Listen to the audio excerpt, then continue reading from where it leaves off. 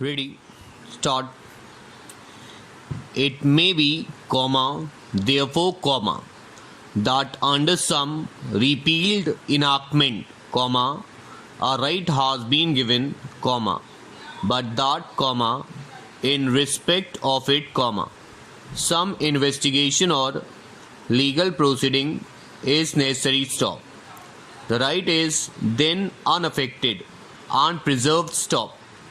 It will be preserved even if a process of quantification is necessary, stop. But there is a manifest distinction between an investigation in respect of a right and an investigation which is to decide whether some right should be or should not be given, stop. On a repeal, the former is preserved by the Interpretation Act, stop. The later is not para. It must be mentioned that the object of section 31 open bracket 2 close bracket open bracket I close bracket is to preserve only the things done and action taken under the repealed ordinance, and not the rights and privileges acquired and accrued on the one side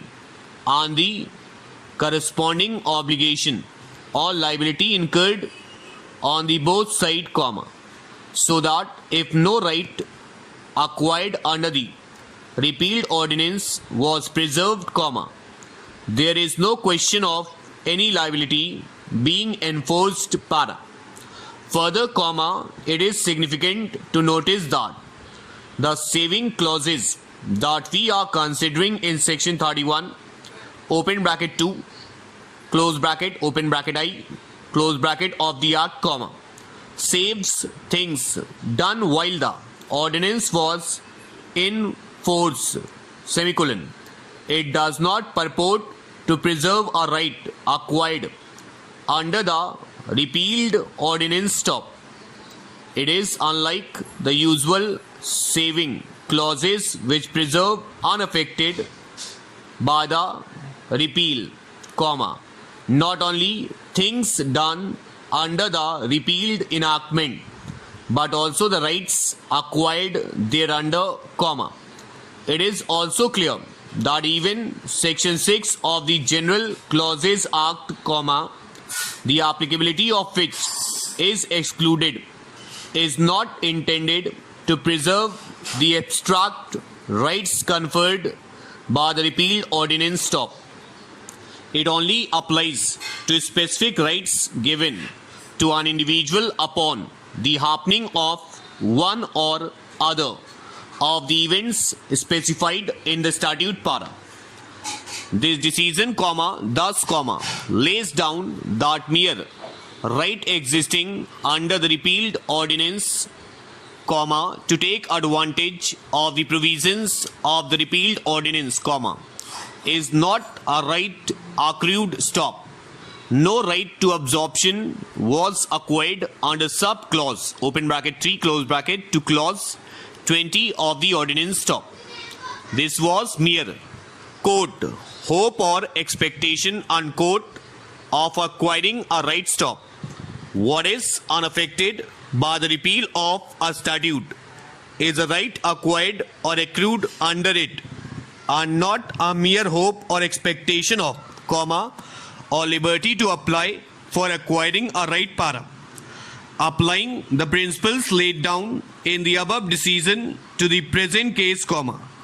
it is evident that the petitioners had merely hope or expectation under the newly substituted rule number 23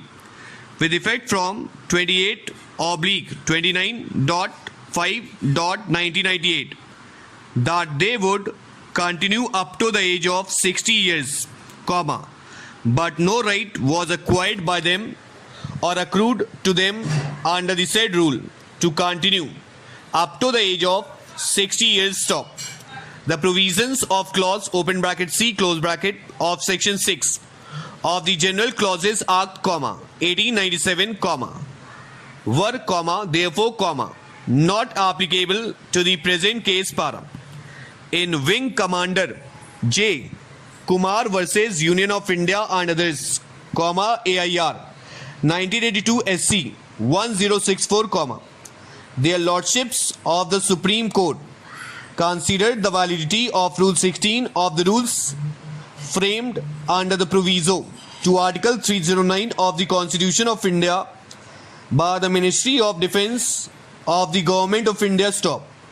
The said Rule 16 dealt with the seniority of permanent secondment. It was held as under open bracket head notes A and F of the said AIR close bracket colon para quote open bracket A close bracket Rule 16 laying down the principle that the seniority of service officers permanently absorbed and seconded to the Defence Research and Defence Organisation is to be reckoned with reference to the date of attainment of the rank of substantive major oblique equivalent does not divest a service officer, seconded in the organization prior to coming into force of the rules, any of his vested right to seniority and promotion. He could not claim that he had acquired a vested right to have his reference in the organization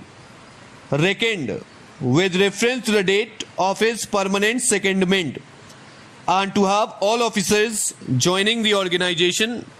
on subsequent dates ranked only below him,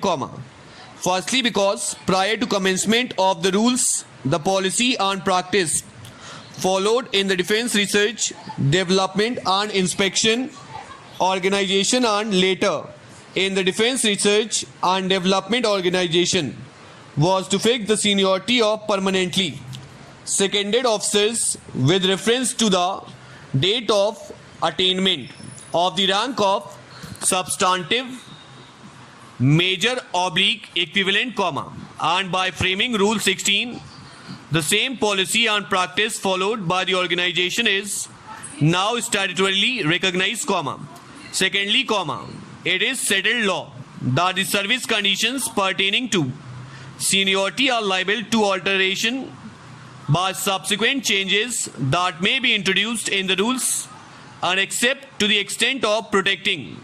promotions that have already been earned under the previous rules, the revised rules will operate to govern the seniority and future promotion prospects of all the persons in the concerned service. It is therefore, open to the Government of India to introduce a new principle of seniority by promulgation of the rules so as to affect rights for future promotion. It cannot be said that Rule 16 not having been specifically declared to be retrospective in operation, its provisions cannot be applied to the service officer who had been included into the Defence Research and Development Organization cadre long prior to the promulgation of the new rules. When a statutory rule governing seniority is issued in respect of a service, the said rule would govern the personnel in the service with effect from the date of its promulgation,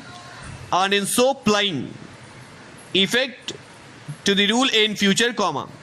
there is no element of retro